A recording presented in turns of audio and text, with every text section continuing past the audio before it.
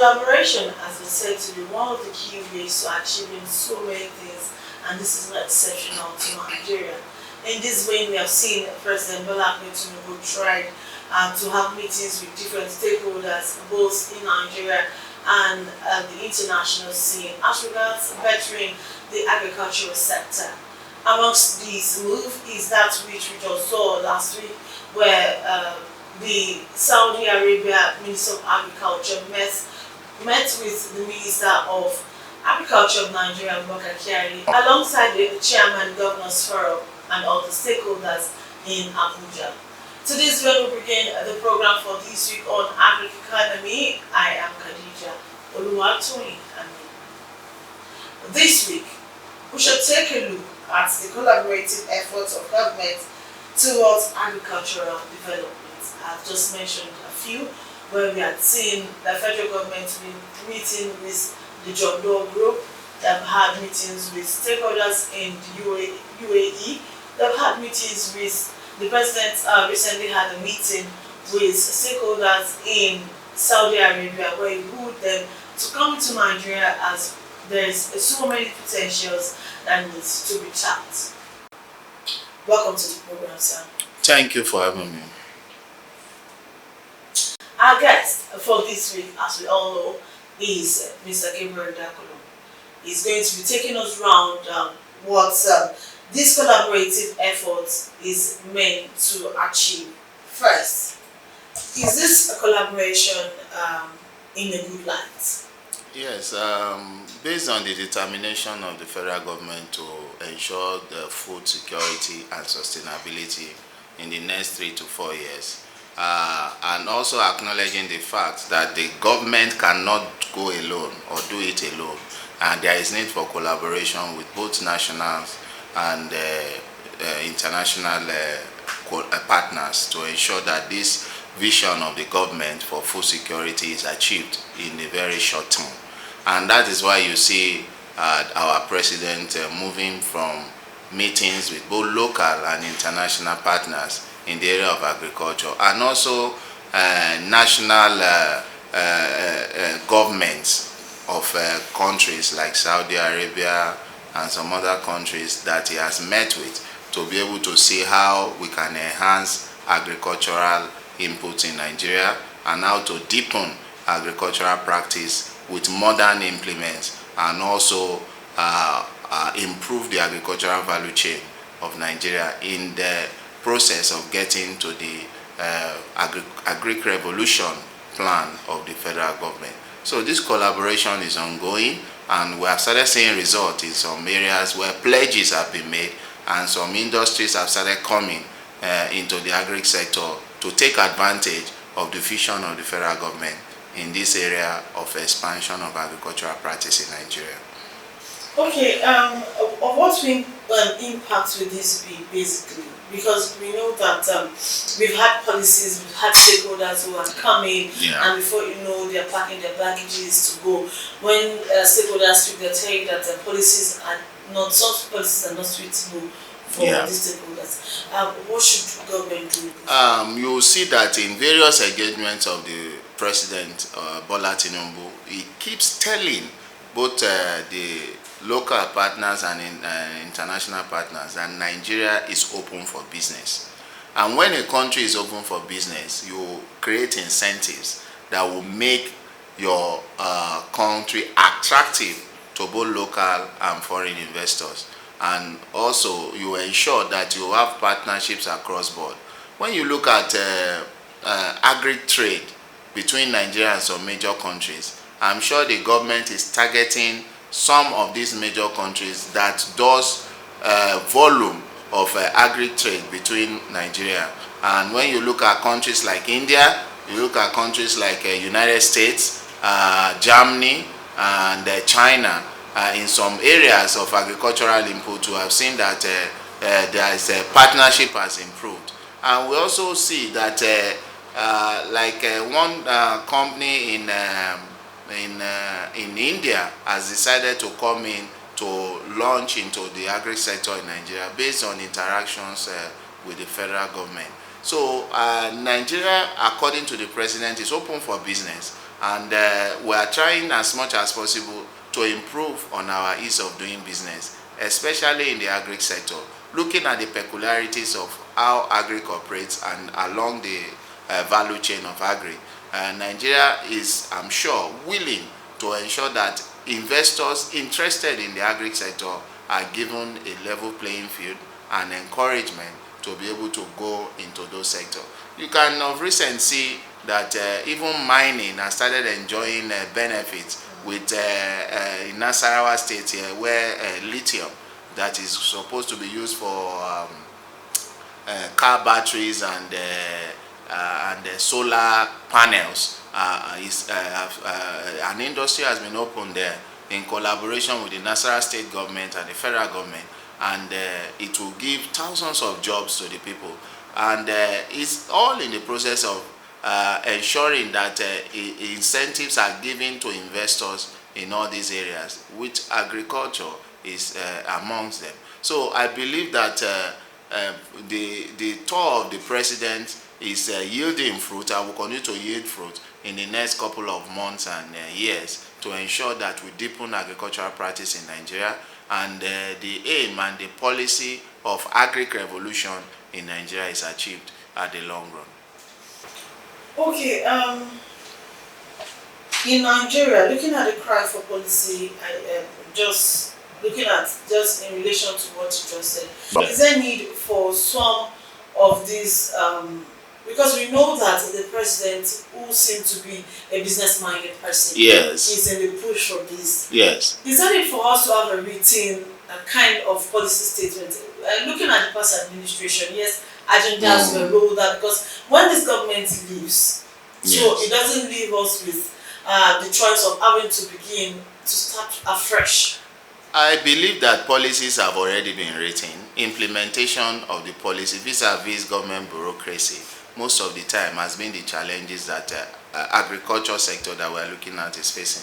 One credible and thing that the president did was a couple of months ago, he had a very interesting meeting with PAMSECs of federal ministries and agencies, and he told them that they need to key into the Renew Hope agenda of his government to ensure that they will not be the club that will hinder the growth. And he gave them marching orders and insisted that these meetings will be a continuous one to be able to appraise their performances. We also know that the president is appraising all his ministers on quarterly, half-yearly and yearly basis with set criteria, which is good to ensure that everyone is, every hand is on deck to do the business of the day. So I believe that if bureaucracy to a large extent can be reduced to the barest minimum, it's going to help the agric sector to be able to formulate and implement policies to the benefit of the populace.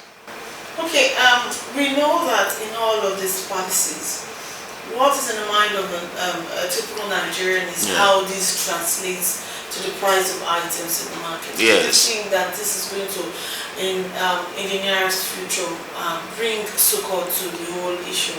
Yes, I believe so, because if you look at the thinking of the government, and based on the last meeting, stakeholder meeting that was attended by the Vice President of Nigeria, he stated categorically that the government is focusing on ensuring that farmers in Nigeria are producing more than enough rice and other essential grains to be able in the next 1 to 2 years, so that Nigeria will continue to have surplus. And what that does is that when these grains are produced, harvested and processed in surplus, there is no way that it will not force down the price of goods and services, especially in those areas.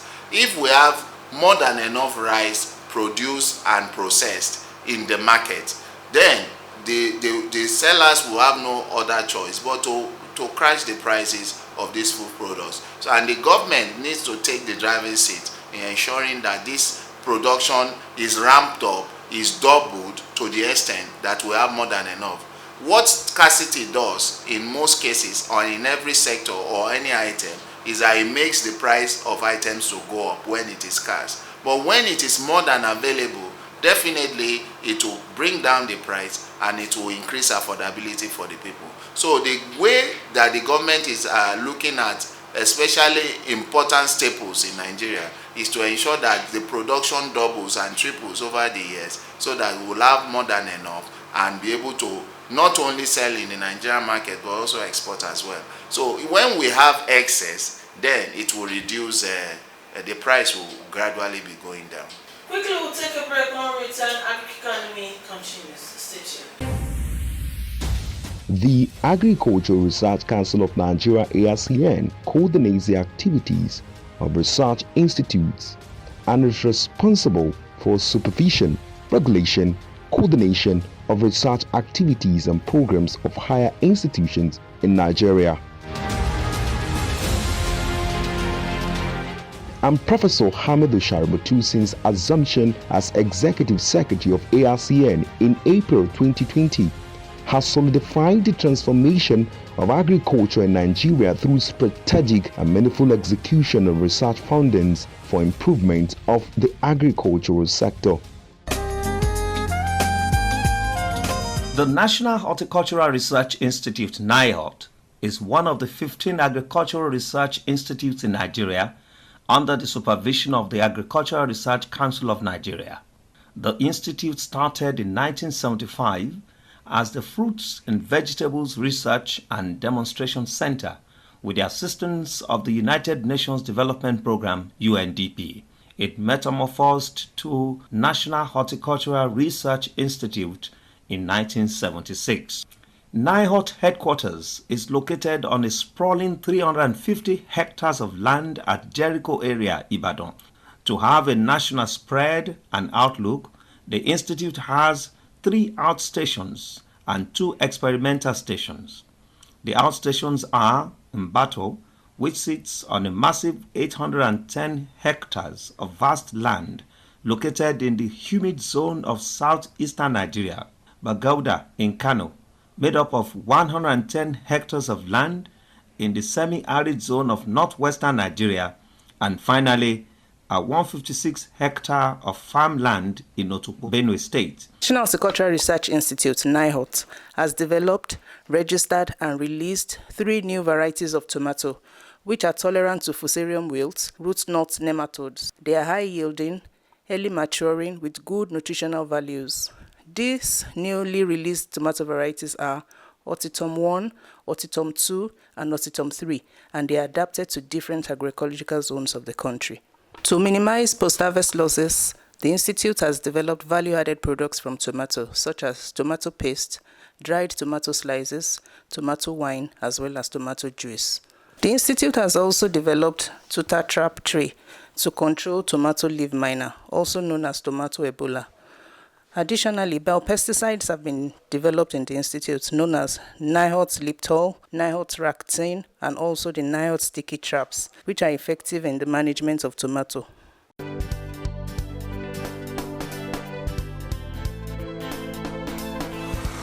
The Institute for Agricultural Research (IAR) is located in Samaru, Zaria in Kaduna State. It was established in 1922 as the research division of the Regional Ministry of Agriculture in the defunct Northern Nigeria region. The purpose at that time was to research into problems of agriculture and to provide solution, and to enhance productivity in agriculture in Northern Nigeria, including agricultural mechanization to reduce difficulties of operations such as planting, application of fertilizers and herbicides, drying. It also includes the development of improved crop varieties which are being planted by farmers in northern Nigeria.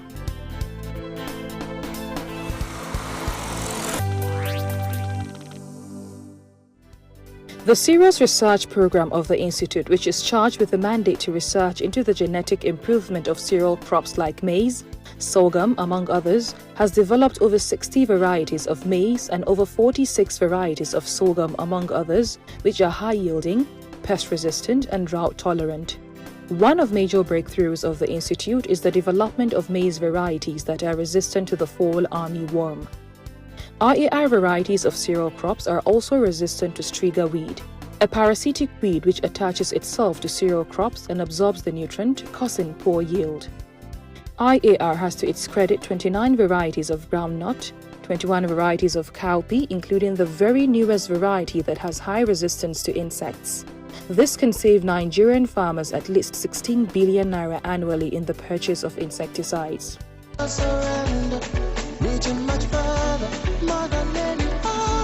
The National Cereals Research Institute was established in 1975 as an agricultural research institute. The research activities of the institute are carried out in both the headquarters at Badegi and the 10 research outstations located in parts of the country. Rice as our mandate. Rice has become an important strategic and daily staple food crop in Nigeria. The main production ecologies for rice in Nigeria are rained lowland, rained upland, irrigated lowland, and deep water and floating and mangrove swamp. Dry bed nursery. This is an important aspect of rice production. The nursery bed should be watered regularly to keep the soil moist but not puddled. Seed bed should be 1 to 1.5 meters wide, 10 meters long, 4 to 6 centimeters above the ground, and well leveled.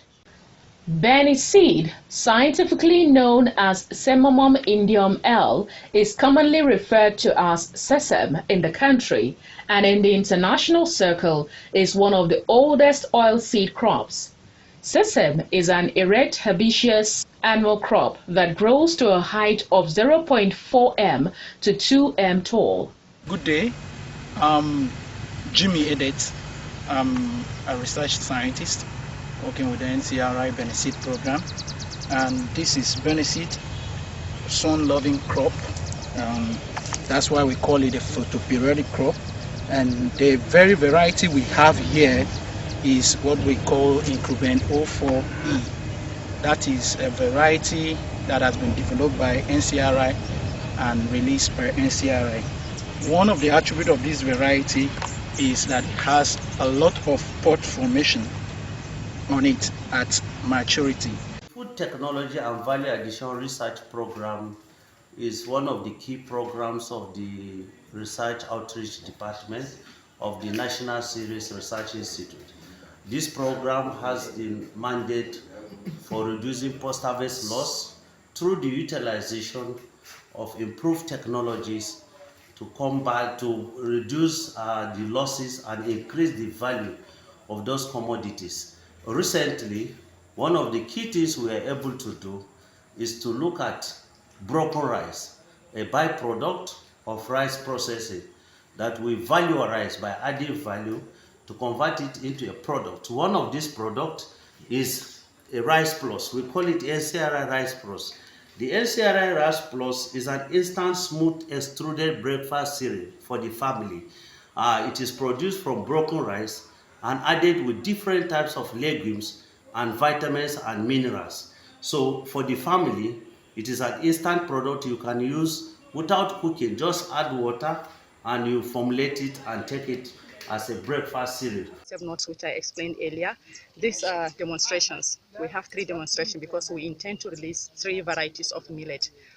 We intend to release one Bristol, Chakti, which is of very high iron and zinc, and then high yielding 0115. So we intend to release the 3.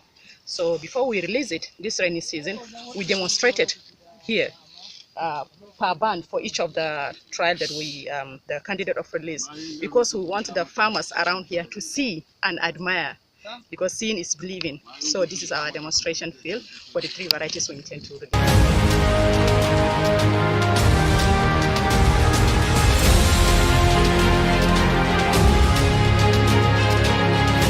ARCN, promoting agriculture.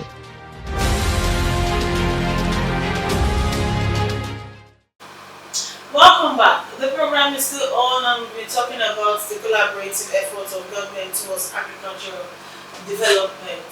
We've seen so many programs and projects of the federal government that after a while you see fantastic projects, and then before you know it they'll tell you that the project is done and gone. Yeah. Researches from results from those projects, and very few instances are not talked about. Do you think there is need for the government to embrace continuity and then bring back some of these programs? For example, we have the WAP program and so many other programs that helped the sector. Actually, you see that the problem plaguing and has always been plaguing government, successive governments, is lack of continuity in programs implementation. And this can also be political in a large extent, because some people do not want the former government that they are succeeding to take glory for continuity of their projects. And that is why each government that comes into the scene wants to have his own project that he will project to the people over time. And when he eventually leaves, a new government that is coming up, even if they are from the same party, will also want to bring something new in. And this has been detrimental to the growth of, let's say, agriculture for now, because some of those projects, wonderful projects that they are at various implementation levels, have stopped because the new government introduced their programs and they jettisoned the old ones. So the difficulty in reappraising or revisiting those other programs is because it takes a lot of logistics. It also takes a lot of commitment and determination from the present administration to be able to go back and look at those projects and programs, because the present administration will want to leave a legacy of what they have done, and it is based on that that they want to speak about. That's why you see that some projects like this administration try as much as possible to even look at some projects left by the past administration. But when it comes to agricultural policies, some of those policies shift with the government, and some of them, like the last administration Anchor Borrower Program, for example, had issues, and those issues, I'm sure this present administration is not ready to go into it. So that is why even the central bank that was the arrowhead had to knock it down, had to stop it and look for ways of recovery. Had it been the implementation had been seamless and the result has been cumulative over time, probably this new administration will have also toed the line or even improve and impact on it. We have seen past programs of welfare programs of the past administration also being looked into by this new administration and being carried along. But corruption came in, and some of those programs need to be changed or either repositioned to be able to meet the present needs of the people. So these challenges of continuity didn't start with this government. It has been on for long. We have in this 1970s Operation Feed the Nation. We had so many other ones that have gone with it. But when a new government comes in, they want to put up their own program.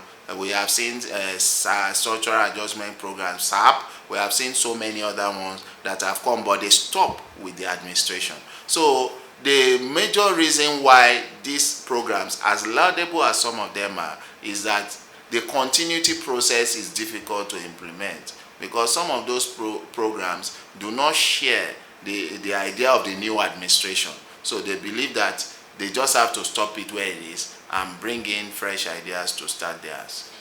Okay, does this now mean that there is need for, like I asked earlier, for strong policy to come out as regards continuity in different governments, not just in agriculture? The challenge is that even in civilized economies, this issue is a major problem. I remember in the United States, Obama promulgated Obamacare. But when Donald Trump came in as the president, he repealed it. He tried as much as possible to make sure that program does not function as it should. And despite the fact that it was passed by Congress, implemented a good country with strong constitutional backing, because the United States does not look at the person in power, it looks at the constitution that enables such a person. Yet, the president, after Barack Obama, decided to make it useless. And it took this new president that is also a Democrat to try and see how they can be resuscitated. But in a country where there are different terms and different powers, you discover that even this present president in a opposition house could not do as much as possible. So when we look at these policies, even if it is enacted through the act of parliament, the president in power or the government in power can still use various means of making it irrelevant. And that is why we see that most of the new government, even if we say we want to entrench it, backed by law, can still, one way or the other, technically jettison it. Okay, yes, we hope that government is going to truly and sincerely look into this, because looking at it, sincerity of purpose has to come to Yes, definitely. And on that note, to wrap it up on Agric Economy for this week, join us again, same time, same station next week. I am Kajija Montoya saying bye for now.